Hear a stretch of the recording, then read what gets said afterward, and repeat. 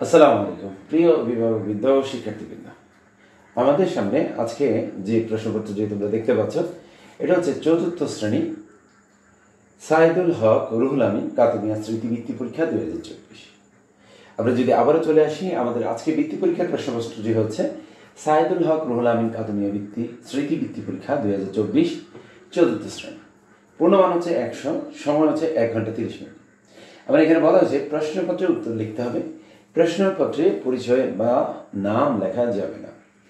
আমার এখানে শুরুতেই যদি চলে আসি, এখানে বাংলা রয়েছে 25 নম্বর। প্রথমে রয়েছে শব্দার্থ লেখ, এখানে রয়েছে অবজ্ঞা, যুদ্ধ, মুগ্ধ, এরপরে রয়েছে তন্দ্রা, দায়, ঝুটি, সন্ধি। আমার এখানে 1 নঙ্গে বলা হয়েছে শব্দার্থ লেখ, আর এখানে 6টি শব্দ রয়েছে, 6টি শব্দেরই আমার অর্থ লিখতে হবে। 2 নঙ্গে পাঠ্য বই অবলম্বনে উপযুক্ত শব্দ দ্বারা নিচে শূন্যস্থান পূরণ করা। আমি আবারও বলছি, এখানে বলা হয়েছে পাঠ্য বই অবলম্বনে উপযুক্ত শব্দ দ্বারা নিচে শূন্যস্থান পূরণ করা। এখানে ক, খ, গ, ঘ, ঙ, চ, ছ, জ পর্যন্ত মোট 8টি প্রশ্ন রয়েছে, 8টি শূন্যস্থান আমাকে পূরণ করতে হবে। আবার এখানে কতে বলা হয়েছে বড় বড় ফোঁটায় প্রচুর বৃষ্টির নাম ড্যাশ বৃষ্টি। খ, ড্যাশ বড় রাজার আঙ্গুলটা দেখতে দেখতে ফুলে ঢোল হয়ে উঠল। গ, মৈশুরী বেগম রোকেয়া 2 বোন আর ড্যাশ ভাই বাবা জমিদার। ঘ, ড্যাশ সালে ফিনল্যান্ডে সকল মানুষের জন্য মোবাইল ফোন ব্যবহার শুরু হয়। ও, সুন্দরবনের মধ্য দিয়ে ড্যাশ পানির নদী আর ছোট খাল বয়ে গেছে। চ, বাংলাদেশের জাতীয় কবির নাম ড্যাশ।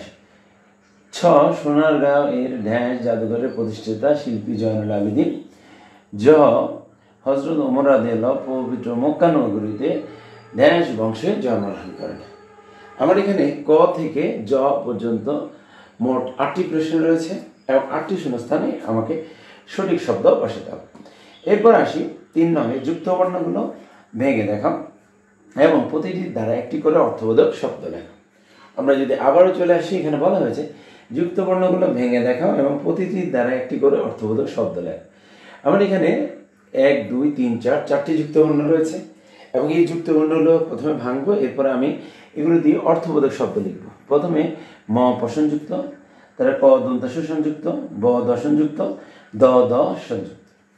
এরপরে 4 নঙ্গে বলা হয়েছে বিপরীত শব্দ লিখে উহা বিপরীত শব্দ দ্বারা অর্থবোধক বাক্য গঠন করো। আমার এখানে 4 নঙ্গে বলা হয়েছে বিপরীত শব্দ দিয়ে, অর্থাৎ বিপরীত শব্দ দিয়ে আমাকে আবার কি করতে হবে, অর্থবোধক বাক্য গঠন করতে হবে। আমার 1, 2, 3 মোট 3টি শব্দ রয়েছে। প্রথমে এর বিপরীত শব্দ লিখব, এরপরে বাক্য গঠন করব। এখানে রয়েছে ভালো, এরপরে বেশি, এরপরে রয়েছে স্বাক্ষর। এরপরে আমরা 5 নঙ্গে চলে আসি। 5 নঙ্গে বলা হয়েছে এক কথায় উত্তর লেখো। আমরা যদি আবারও বলি, আমার এখানে রয়েছে 5 নঙ্গে এক কথায় কি লেখো, এক কথায় প্রকাশ করো। আবার এখানে 1, 2, 3, 4 4টি এক কথায় প্রকাশ রয়েছে এবং আমি এটা কি লিখবো, সামনে উত্তর লিখবো। যেমন বোনের ছেলে, যা দেখা যায় না, যা সহজে লাভ করা যায় না, জাদুঘর জনমানুষ নেই যেখানে। আবার এখানে 5 নঙ্গে এক কথায় যে 4টি বাক্য রয়েছে, আমি এগুলো কি করব, এক কথায় প্রকাশ করব। এরপরে 6 নঙ্গে চলে আসি। বলছে নিচে 4 বাক্যে বীরপুরুষ কবিতার মূলভাব লেখো। আমরা যদি এখানে চলে আসি, আমার এখানে 6 নঙ্গে বীরপুরুষ কবিতার মূলভাব লিখতে বলা আছে। আমার এখানে মূলভাব লেখার জন্য জায়গা রয়েছে। আমি এখানে সুন্দরভাবে 4 বাক্যে বা তার অধিক বাক্যে আমি কি করব, বীরপুরুষ কবিতার যে মূলভাবটি আছে সেটা লিখব। এরপর আমরা পরবর্তী পৃষ্ঠায় চলে আসবো। English 25 marks. এখানে একেবারে প্রথমে রয়েছে 1 নঙ্গে write similar meaning words, choose from the box. 1 নঙ্গে write similar meaning words. Write অর্থ লিখো, সিমিলার মিনিং একই রকম অর্থপূর্ণ যে ওয়ার্ডগুলো আছে, choose from the box, box থেকে। এখানে রয়েছে teacher, state, next, draw, new, water, cheap, nice. এখানে আমার 1 নঙ্গে 1, 2, 3, 4, 5, 6 6টা ওয়ার্ড রয়েছে এবং এই ওয়ার্ডগুলোর সামনে আমি কি করব, বক্স থেকে সিমিলার মিনিং অফ ওয়ার্ড লিখব। এর প্রথমে রয়েছে আফটার, এরপরে রয়েছে ফ্রেশ, এরপরে বিউটিফুল, এরপরে হেড, এরপরে কান্ট্রি, এরপরে হচ্ছে পেইন্ট। এরপরে 2 নঙ্গে চলে আসি। Make meaningful sentence with the following ওয়ার্ডস।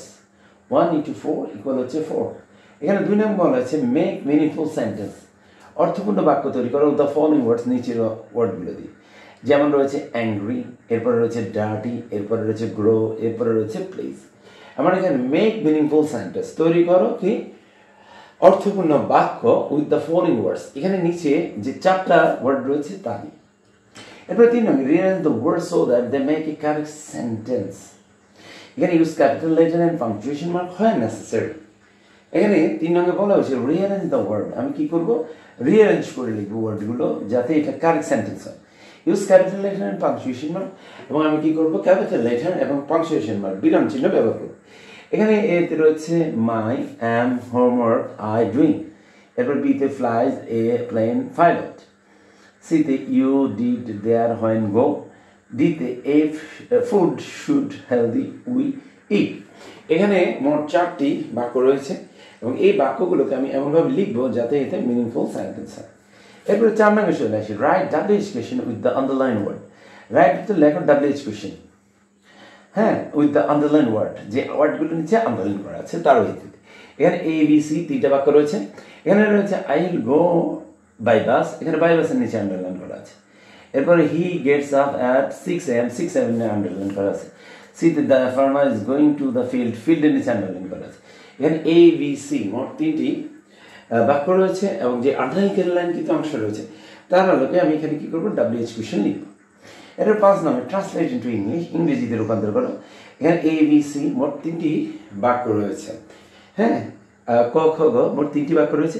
আমরা যদি এখানে চলে আসি, এখানে যে বাংলা বাক্যগুলো আছে আমরা এখানে তার ইংরেজি করে লিখবো। যেমন তার জামা লাল, সে খুব দ্রুত দৌড়াতে পারে, গ রেশমা কি করে। আমরা এখানে 5 নম্বরে ট্রান্সলেট ইনটু ইংলিশ, ইংরেজিতে রূপান্তর করো। এরপরে 6 নম্বর রাইট এ শর্ট কম্পোজিশন, একটা শর্ট কম্পোজিশন লেখো উইথ ইট 5 সেন্টেন্স, 5 সেন্টেন্সের মধ্যে অ্যাবাউট ইউর ফেভারিট অ্যানিমেল, তোমার প্রিয় প্রাণী সম্পর্কে। 6 নম্বরে বলা হয়েছে রাইট এ কম্পোজিশন, একটা কম্পোজিশন উইথ ইন 5 সেন্টেন্স, কয় বাক্যে, 5 বাক্যে অ্যাবাউট ইউর ফেভারিট অ্যানিমেল, তোমার প্রিয় প্রাণী সম্পর্কে। আমার এখানে 6 নম্বর লেখার জন্য এখানে কিছু খালি জায়গা রয়েছে। আমার এখানে আমি কি করব, এই এখানে 5 সেন্টেন্স মানে 5টা সেন্টেন্স লিখবো মাই ফেভারিট অ্যানিমেল সম্পর্কে। এরপর আমরা আমাদের পরবর্তী পৃষ্ঠায় চলে আসবো। আমার পরবর্তী পৃষ্ঠার শুরুতে রয়েছে গণিত 25 নম্বর। এখানে 1 নঙ্গে প্রশ্নগুলোর উত্তর লেখো। কথা বলা হয়েছে 4 অঙ্কের ক্ষুদ্রতম সংখ্যার পরের সংখ্যা কত। খতে গণিতের সম্পর্ক প্রতীকগুলো লেখো। গতে গুণফল নির্ণয়ের সূত্রটি লেখো। ঘতে কোনো সংখ্যাকে 7 দ্বারা ভাগ করলে ভাগফল 7 এবং ভাগশেষ 5 হবে। ওতে 9 গুণ, এরপরে আমার এখানে রয়েছে খালিগড় গুণ 27 গুণ 2, এখানে খালিগড়ে কত হবে। এরপরে চতে রয়েছে 6 ও 8 এর সবচেয়ে ছোট সাধারণ গুণিতক কত। ছতে 1 থেকে 10 পর্যন্ত মৌলিক সংখ্যাগুলো লেখো। যতে 5/3 সমান, এখানে আছে খালিগড়, নিচে রয়েছে 55 মানে 55 ভাগের খালিগড়, এখানে খালিগড়ে কত হবে। যতে 0.017 সংখ্যাটিতে কতগুলো 0.001 দ্বারা গঠিত। ইয়তে 10 মিটার 7 সেন্টিমিটারে কত সেন্টিমিটার। টতে আয়তন ক্ষেত্রফল নির্ণয়ের সূত্র কি। ঠতে কোন ত্রিভুজের সকল বাহু পরস্পর সমান। আমার এখানে 1 নঙ্গে বলছে প্রশ্নগুলোর সামনে উত্তর লেখো, আর এখানে উত্তর লেখার জন্য জায়গা রয়েছে। আমার এখানে আমার যে সংক্ষেপে উত্তর দেওয়ার প্রশ্নগুলো আছে তার আলোকে আমি এখানে কি করব, প্রশ্নগুলোর উত্তর লিখব। এরপরে 2 নঙ্গে পিতা ও পুত্রের বর্তমান বয়সের সমষ্টি 50 বছর। পিতার বয়স পুত্রের বয়সের 4 গুণ। 2 নঙ্গে পিতা ও পুত্রের বর্তমান বয়সের সমষ্টি 50 বছর। পিতার বয়স পুত্রের বয়সের 4 গুণ। আমার এখানে 2 নঙ্গে একটা উদ্দীপক আছে, আর এই উদ্দীপকের আলোকে ক খ গ ঘ মোট 4টি প্রশ্ন রয়েছে। আমার কতে বলা হয়েছে পিতা ও পুত্রের বয়সের সমষ্টি পুত্রের বয়সের কত গুণ। খতে বর্তমানে পুত্রের বয়স কত। গতে বর্তমানে পিতার বয়স কত। ঘতে পিতা ও পুত্রের বয়সের পার্থক্য কত। আমার এখানে 2 নঙ্গে যে উদ্দীপকটা আছে এর আলোকে আমি ক খ গ ঘ এই 4টি প্রশ্নের উত্তর দিব। এরপরে 3 নঙ্গে চলে আসি। 2টি ঘন্টার একটি 6 মিনিট অন্তর এবং অপরটি 10 মিনিট অন্তর বাজে। আমি আবারও বলছি, আমার এখানে উদ্দীপক রয়েছে 2টি ঘন্টার একটি 6 মিনিট এবং অপরটি 10 মিনিট অন্তর বাজে। এখানে ক খ ঘ ঘ মোট 4টি প্রশ্ন রয়েছে। এখানে কতে রয়েছে 6 ও 10 এর লসাগু করব। এরপরে খতে কতক্ষণ পরে ঘন্টাগুলো একত্রে বাজবে, ঘতে সকাল 8:30 একত্রে বাজার পর আবার কয়টা একত্রে বাজবে, ঘতে 6 ও 10 এর গসাগু অপেক্ষা লসাগু কত গুণ। আমার এখানে 3 নঙে যে সৃজনশীল প্রশ্নটা রয়েছে তার উদ্দীপকের আলোকে আমি কি করব, ক খ গ ঘ এই 4টি প্রশ্নের উত্তর দিব। এরপরে 4 নঙে চলে আসি। 4 নঙে বলা হয়েছে আদিল সাহেবের মাসিক আয় 10,500 টাকা, মাসিক ব্যয় 9,850 টাকা, এক বছর 3 মাসে তার কত টাকা জমা হবে। আমরা যদি আবারও চলে আসি, এখানে বলা হয়েছে আদিল সাহেবের মাসিক আয় 10,500 টাকা, মাসিক ব্যয় 9,850 টাকা, 1 বছর 3 মাস, অর্থাৎ 12 মাস হচ্ছে 1 বছর, আর এখানে রয়েছে 3 মাস। বলছে 12 3 15 মাসে তার কত টাকা জমা হবে। আমার এখানে বলা হয়েছে অঙ্কটির নিচে করে দেখো। আমার এখানে যে খালি জায়গাটুকু দেওয়া আছে সেখানে কি করবো, আমি এই অঙ্কটি সমাধান করে দেখাবো। এরপর আমরা প্রশ্নপত্রটির শেষ পৃষ্ঠায় চলে আসবো। আমার এখানে প্রথমে রয়েছে প্রাথমিক বিজ্ঞান হচ্ছে 15। এখানে একে বলা হয়েছে বিজ্ঞান বই অনুসারে সংক্ষেপ উত্তর লেখো। আমি আবারও বলছি, এখানে 1 নম্বরে রয়েছে বিজ্ঞান বই অনুসারে সংক্ষেপ উত্তর লেখো, 1 গুণ 5 সমান হচ্ছে 5। এখানে ক খ গ ঘ ও মোট 5টি প্রশ্ন রয়েছে। 5টি প্রশ্নের উত্তর আমাকে এখানে সংক্ষেপ উত্তর লিখতে হবে। কতে উদ্ভিদে খাদ্য তৈরিতে কোন গ্যাস প্রয়োজন হয়, খতে মানুষের জন্য কয় ধরনের পুষ্টি উপাদান রয়েছে, গতে চাঁদের কয়টি দশা বা পর্যায় রয়েছে, ঘতে সূর্যকে কেন্দ্র করে মোট কয়টি গ্রহ ঘুরছে, ও দূরত্বের দিক থেকে সূর্যের 5ম গ্রহ কোনটি। আমার এখানে বিজ্ঞান বই অনুসরণে আমাকে কি করতে হবে, সংক্ষেপ উত্তর লিখতে হবে। এখানে ক খ গ ও 5টি প্রশ্ন রয়েছে, 5টিরই উত্তর প্রদান করতে হবে। এরপর আমরা চলে আসি বিজ্ঞান বই অনুসারে শূন্যস্থান পূরণ করো।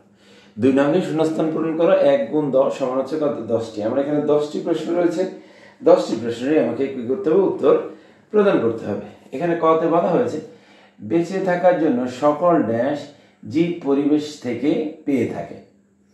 খ কোনো কোনো উদ্ভিদ অন্য বড় ড্যাশ উপর জন্মে। গ ইট বা কংক্রিটের মতো নির্মাণ সামগ্রী তৈরিতেও ড্যাশ ব্যবহৃত হয়। ঘ ড্যাশ দেহের গঠন, ক্ষয়পূরণ ও বৃদ্ধি সাধন করে। ও সুস্থ জীবন যাপন করা আমাদের জন্য খুবই ড্যাশ। চ তরল পদার্থের ড্যাশ পরিমাপের একক হলো মিলিমিটার বা লিটার। ছ বায়ু প্রবাহ একটি সম্ভাবনাময় ড্যাশ উৎস। জ ড্যাশ সময়ের সাথে সাথে চারদিকে ক্রমশ বড় হচ্ছে। ঝ রৌদ্রের তাপে সাগর বা নদীর পানি ড্যাশ হয়ে বাষ্পে পরিণত হয়। ইয় রান্নার সময় লম্বা ড্যাশ বা ঢিলে ঢালা পোশাক পরা যাবে না। আবার এখানে 2 নঙ্গে শূন্যস্থান পূরণ করো, আর এখানে রয়েছে 10টি শূন্যস্থান এবং আমার শূন্যস্থানে আমি সঠিক উত্তরটি লিখতে হবে।